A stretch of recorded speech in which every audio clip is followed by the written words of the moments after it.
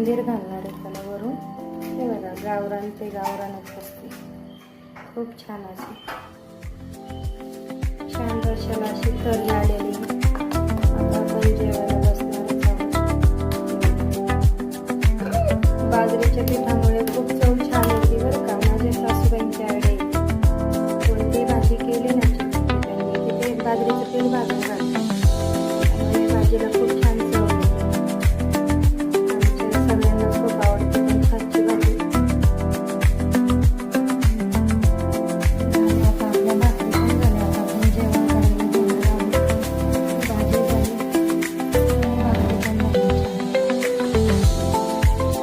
कशी वाटली आमची चिकनची नगरी घरच्या भाजी नक्की सांगा.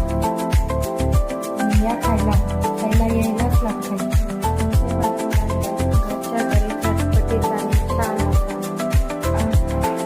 चिकनचा रस, चिकनची भाजी कशी झाली नक्की सांगा. आणि व्हिडिओ पूर्ण बघा म्हणजे तुम्हाला कळेल.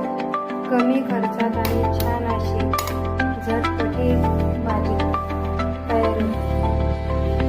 पूर्ण व्हिडिओ बघा, लाईक करा, शेअर करा. आवडल्यास